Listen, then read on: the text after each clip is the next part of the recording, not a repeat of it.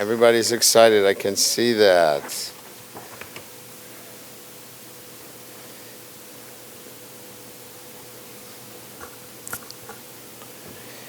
Okay. Fire away. I'm sure you guys have just been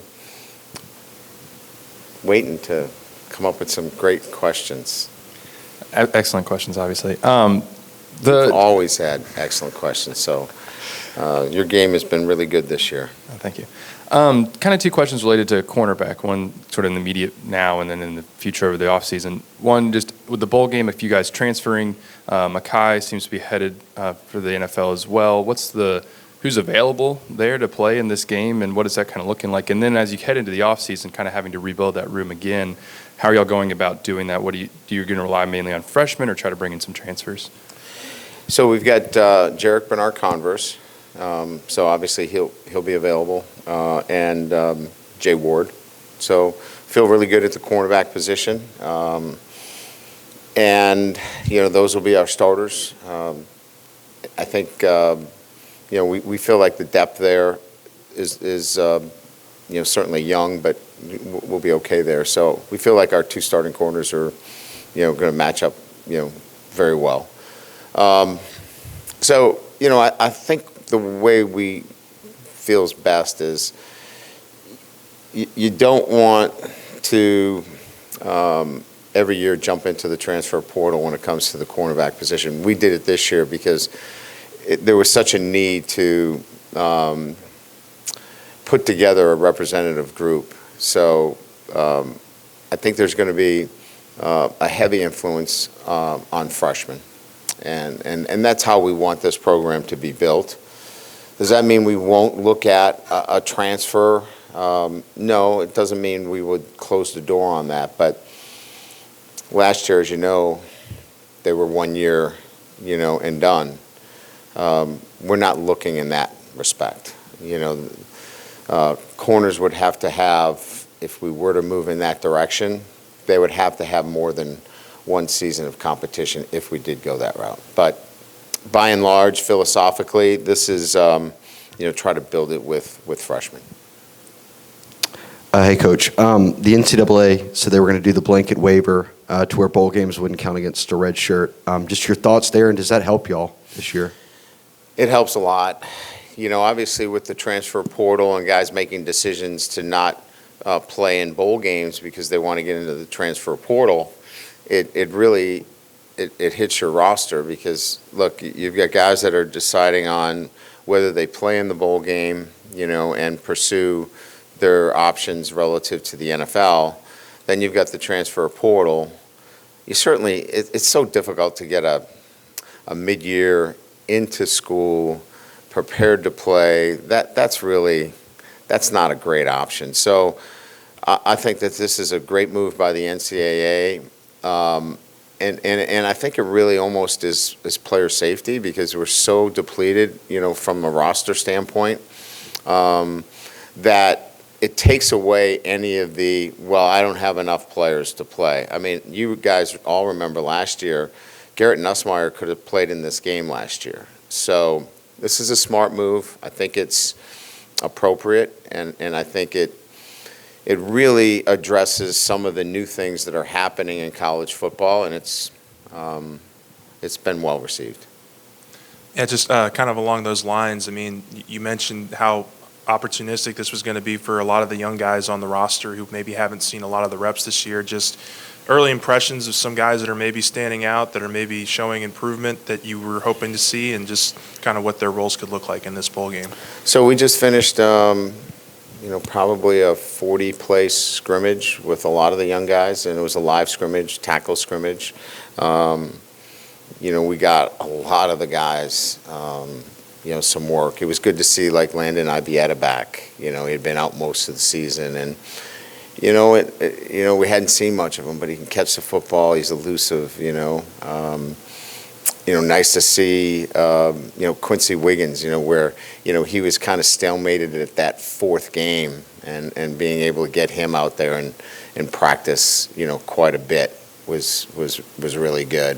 I say, LaTerrence Welch, and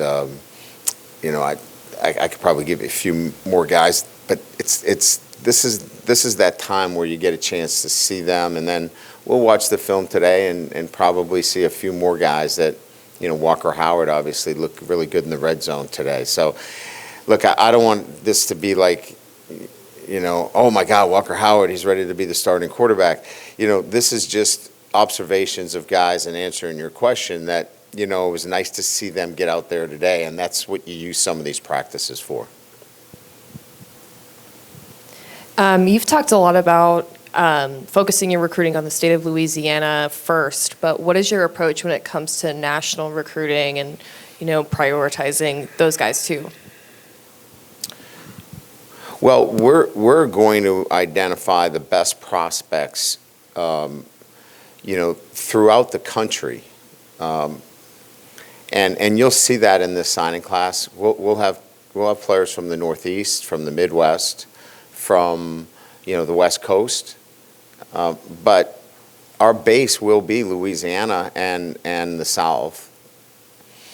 But I don't think you can, when you're LSU and you have a brand that is so recognizable throughout the entire country, you can't have blinders on either. Where you go, I'm just in Louisiana and I'm not going outside it. So our scope and vision is national, but it's not like we're pulling, 4 guys out of every state. We're going to have a heavy influence in the state of Louisiana like we should, but we're going to know where the best players are in the country as well. And you'll see on signing day, they're from the Midwest, they're from the Northeast, they're from Florida and Texas and California, and I think that's representative of saying, yeah, we're going to national recruit, but we're going to pull our base. Is B.J. Ojulari going to be playing in the Citrus Bowl? I don't think he said if he would. He is not going to be playing. Then what do y'all do at edge rusher for this game, also with Desmond Little having entered the transfer portal? Yeah, we think we've got some options there that I think will provide the kind of defensive pressure that we need. We like some of the guys we have that are practicing right now. We're going to put all 10 guys up on the line of scrimmage, blitz them all. Trade secrets. Coach, Jaden Daniels. Yes. Is there an update on him? And Yeah, he looked really good today. He's been limited, but today was kind of his last test. We did one of the things we like to do is put the quarterback in direct snap. So he's pushing off and driving back. It's hard. When you're in shotgun, you shuffle your feet and you throw, and and that's how you can get him back quickly when you're in shotgun. But you put him in direct snap, and he's got to drive and use his weight and transfer in a 7-step drop, and then step up and move. You're ready. And today he went through that progression. I would say, today is Saturday, right? If we were playing tomorrow, he'd be ready to play. I guess now that you're in it, you've been flying all over the country, high school recruiting. You've got guys entering the portal, recruiting guys in the portal, signing day coming up, practicing for a bowl. Is this what you expected? Is this something you think can stand long term, or is this kind of a lot going on right now? Just kind of curious your thoughts. I love it. I mean, look, there's a lot to manage. I've got a great staff. I can't do it by myself, but I've got a great personnel staff. I've got a great recruiting staff, and it allows me to, stay at 35,000 feet in the sense that I can see the whole thing because I have such great support staff that are giving me the information necessary to make the decisions that need to be made, because decisions still have to be made relative to, are we going into the portal? What are we doing relative to, this recruiting or, roster and roster management and all of those things. So I love it. There's a lot of pieces to this, and it's moving quickly. But I embrace it, and I think it's because I've got a really good staff. Yeah, Coach, how tricky is it preparing for a team with an interim head coach and a lot of opt-outs at their most important positions? Well, we've watched their backup quarterback. He played 68 snaps against, I think it's Florida Atlantic, so we know who he is. And, they're playing LSU. They're going to play hard. They're going to play for 4 quarters. They're a Big Ten team. They've got scholarship players. So, we're not really that concerned about Purdue not showing up and playing, really well. I think what we're concerned is, what we do and how we do it. You don't tackle a lot during these bowl games. We have some guys that are not going to be playing. So I think our focus has really been much more on what we do and how we do it and our preparation, more so than, really concerning ourselves with what Purdue's situation is.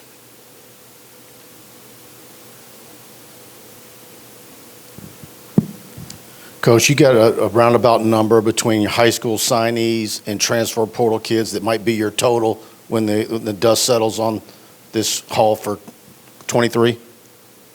Yes. Do you want me to? No. You'd like a number?